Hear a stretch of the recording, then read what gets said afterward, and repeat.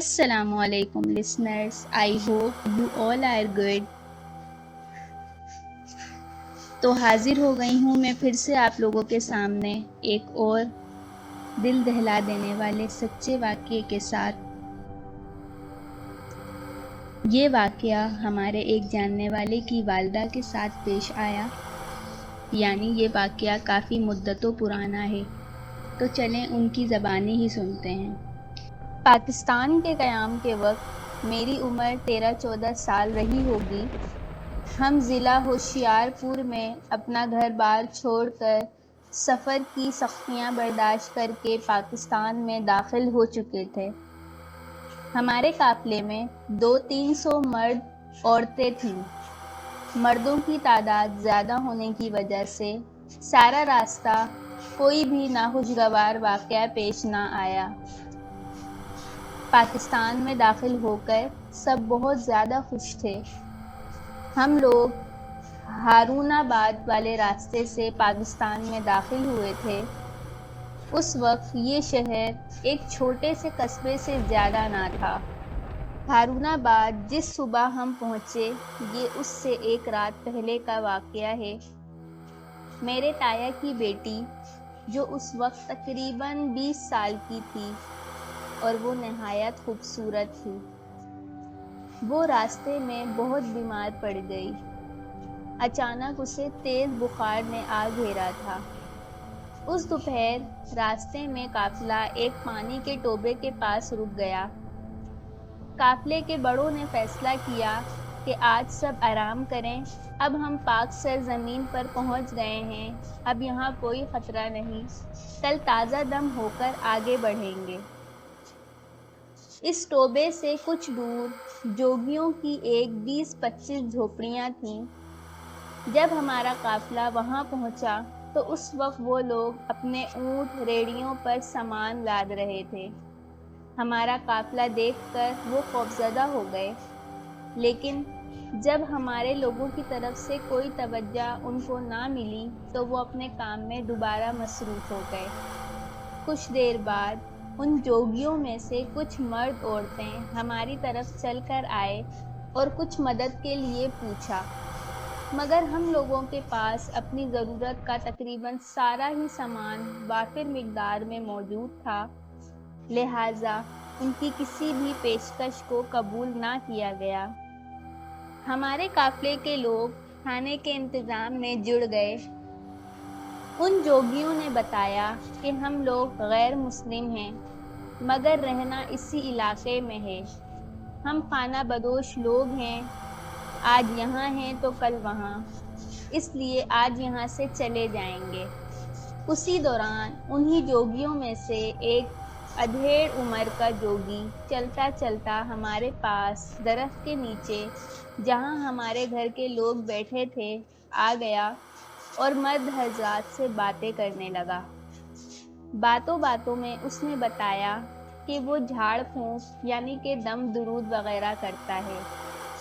یہ سنتے ہی میری تائی بولی کہ جوگی بابا، یہ میری بیٹی ہے جو کہ 3-4 دن سے اچانک سخت بیمار ہے، اسے پھونک مار دو۔ جوگی نے میری تایا داد بہن کو دیکھا اور کافی دیر دیکھتا رہا۔ تائی کو اس کا اس طرح دیکھنا اچھا نہیں لگا۔ وہ جوگی بولا، کسی برتن میں سامنے ٹوبے سے پانی لاؤ۔ تایا داد بھائی ایک برتن میں پانی لے آیا۔ جوگی نے نظریں میری تایا داد بہن پر جمع رکھی تھیں اور منہ ہی منہ میں کچھ پڑھنے لگا۔ کافی دیر پڑھنے کے بعد اس نے پانی میں پھونک ماری اور بولا، تیری بیٹی کو راستے میں بھوتوں کی نظر لگ گئی ہے، جس کا نتیجہ اس لڑکی کی موت ہے۔ اس کا اپائے بس ایک ہی ہے، اور وہ یہ کہ جب رات آدھی ہو جائے تو یہ لڑکی سامنے ٹیلے پر جا کر اس پانی کو اپنے اوپر گرا دے، صبح یہ ٹھیک ہو جائے گی۔ جوگی کے ہاتھوں سے پانی تائی نے لے لیا۔ جوگی نے میری تایا داد بہن کو دیکھا اور واپس اپنی جھوپڑیوں کی طرف چل دیا۔ تائی نے وہ پانی سنبھال کر رکھ دیا۔ شام کے وقت وہ سب جوگی وہاں سے کوچ کر گئے۔ رات ہو گئی تو سب سو گئے۔ تائی بہت پریشان تھی کہ میں پانی والا کام کروں یا نہ کروں۔ تائی کو تھوڑا عجیب سا وہم ستانے لگا اور تائی نے فیصلہ کر لیا کہ وہ جواں سالہ بیٹی پر اس جوگی کا کوئی پانی نہیں گرائے گی۔ رات گزر گئی، صبح سب روانہ ہو گئے۔ ہارون آباد شہر پہنچ کر تائی کو خیال آیا کہ وہ پڑھا ہوا پانی تو بند منہ کے برتن میں ساتھ ہی لے آئی ہیں۔ تائی نے رک کر اس برتن کا ڈھکن کھولا اور وہ پانی راستے میں پڑے کچی مٹی کے ایک بڑے سے روڑے پر ڈال دیا۔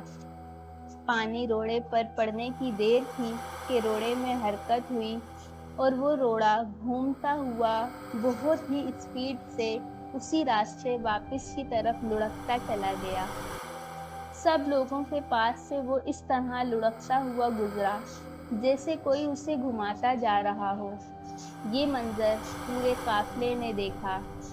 سب حیران تھے اور پوچھنے پر جب تائی نے جوگی اور پانی والی بات بتائی تو سب نے اللہ کا شکر ادا کیا کہ خدا نخواستہ اگر رات کے اندھیرے میں تائی اکیلے دور ٹیلے پر جا کر بیٹی پر یہ پانی گرا دیتی تو شاید اس وقت ان کی بیٹی بھی یوں ہی بھاگ گئی ہوتی۔ اس واقعے کے بعد میری تایا زاد بہن کی شادی ہو گئی۔ اس نے اپنی شادی کے بعد اپنی پوتوں کی شادیاں بھی دیکھیں۔ یہ ایک سچا واقعہ ہے اور یہ واقعہ بہت کچھ سکھاتا ہے۔ خیر، آپ سب کے لیے سلامتی کی بہت ساری دعائیں ہیں۔ انشاءاللہ بہت ہی جلد آپ لوگوں کے سامنے پھر سے ایک نئے اور سچے واقعے کے ساتھ حاضر ہوں گی۔ بہت شکریہ، دعاؤں کی درخواست۔ اگر آپ کو ہماری کہانیاں پسند آتی ہیں تو ہماری سپورٹ کے لیے ہمارے چینل کو سبسکرائب کریں اور لائک کا بٹن پریس کرنا نہ بھولیں۔